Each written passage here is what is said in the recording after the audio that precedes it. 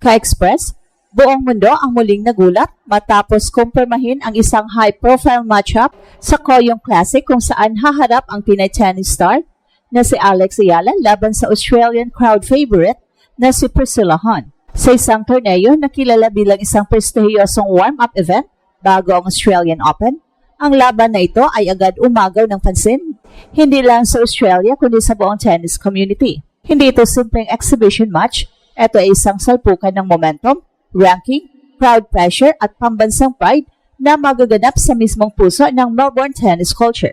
Papasok sa Koyong Classic, malinaw ang contrast ng dalawang manlalaro. Si Priscilla Hon ay isang familiar na mukha sa Australian tennis, suportado ng home crowd at sanay sa kondisyon ng Melbourne hard courts. Bilang world number 121, si Priscilla ay patuloy na lumalaban upang makabalik sa top 100 at kilala sa kanyang solid baseline game at consistent presence sa WTF at Challenger circuits.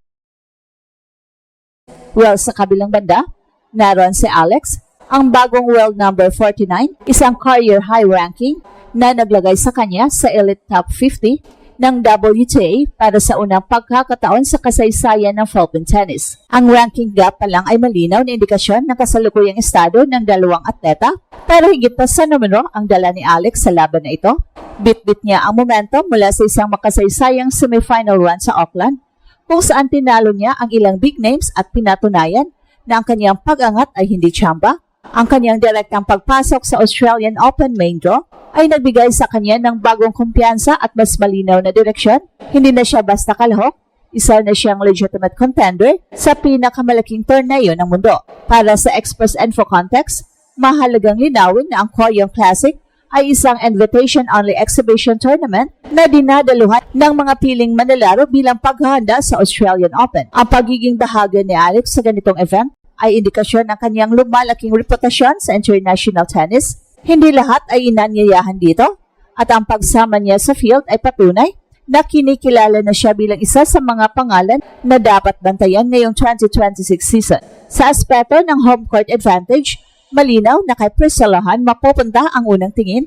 Kilala ang Koyong Lawn Tennis Club bilang spiritual home ng Australian tennis at inaasahang dadagsa ang mga local fans upang suportahan ang kanilang kababayan. Subalit hindi rin may kakaila ang lakas ng Pinoy community sa Melbourne. Isa ito sa pinakamalaking Filipino population sa Australia at sa mga nakaraang torneo pa lang, napatunayan na kayang punuin ng mga Pinoy ang stands kapag si Alex Ayala ang naglalaro. Ang inaasahang crowd dynamic ay hindi one-sided, kundi isang bihirang halo ng Aussie pride at Pinoy support na maaaring makaapekto sa mental aspect ng laban. Sa performance metrics, may malinaw na data na pabor kay Alex. Sa nakalipas na 52 weeks, mas mataas ang kanyang win rate kumpara kay Priscilla, lalo na laban sa mga manlalarong nasa top 100. Ang kanyang consistency laban sa low-rank opponents ay naging pundasyon ng kanyang mabilis na pag-angat sa rankings. Bagamat may panalo si Priscilla laban kay Alex noong October 2024 sa Ningbo, China, malinaw na magkaiba na ang version na Alex noon at Alex ngayon na papasok sa Koyong Classic ngayong January. Ang kasalukuyang Alex ay isang mas kompletong player. Mula sa technical na aspeto, makikita ang pagbuti ng kanyang serve placement, return depth at rally patience. Ang kanyang left-handed forehand ay patuloy na nagiging sandata laban sa mga right-handed players at ito ang inaasang magiging susi laban kay Priscilla. Ang kakayahan niyang ilayo ang kalaban sa baseline at buksan ang court gamit ang cross-court angles ay isang tactical edge na mahirap sagutin, lalo na sa high-pressure points.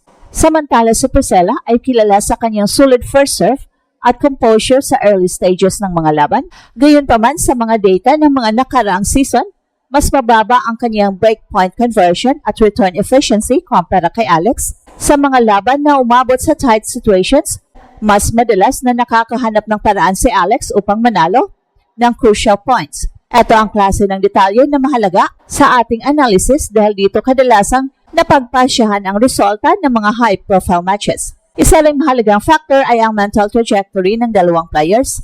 Si Priscilla ay papasok sa laban na may pressure na patunayan ang sarili sa harap ng home crowd at ipakitang kaya pa rin niyang makipagsabayan sa mga mas mataas na rank. Si Alex naman ay papasok na may mas counting ranking pressure pero mas mataas na expectations bilang top 50 player. Ang pagkakaibang ito ay psychological load na maaring maging decisive, lalo na sa unang set kung saan kadalasang sinusukat ang composure ng bawat isa. At sa mas malawak na konteksto, ang laban na ito ay may implikasyon din sa kung paano papasok si Alex sa Australian Open.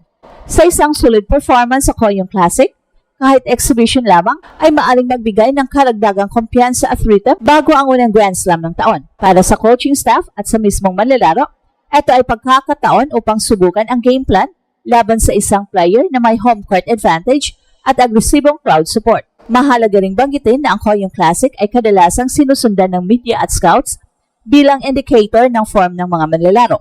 Ang anumang ipakita ni Alex sa laban na ito ay maaaring makaapekto sa kung paano siya titingnan ng kanyang mga posibleng kalaban sa Australian Open main draw.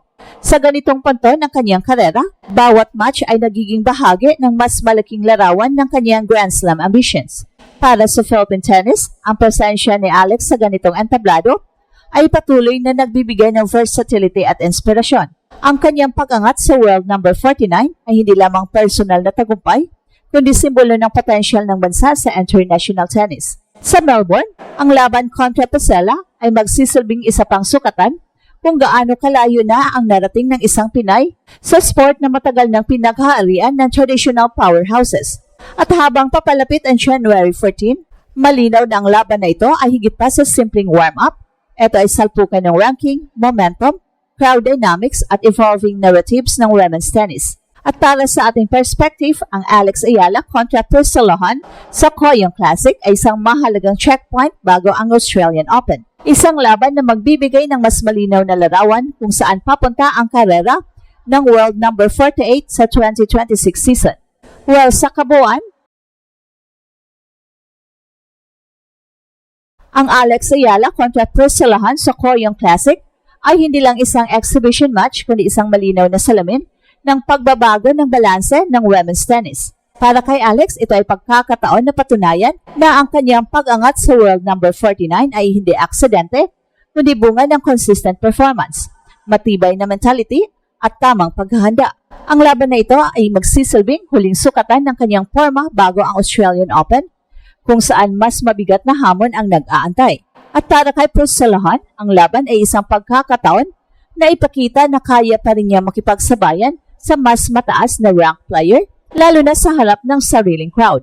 Ang home court advantage ay maaring magbigay sa kanya ng dagdag na lakas, pero ang pressure ng expectations ay isang bagay na kailangang harapin ng may composure. At ito ang Express Info kung saan bawat kwento ginulat ang mundo. Don't forget to like and subscribe.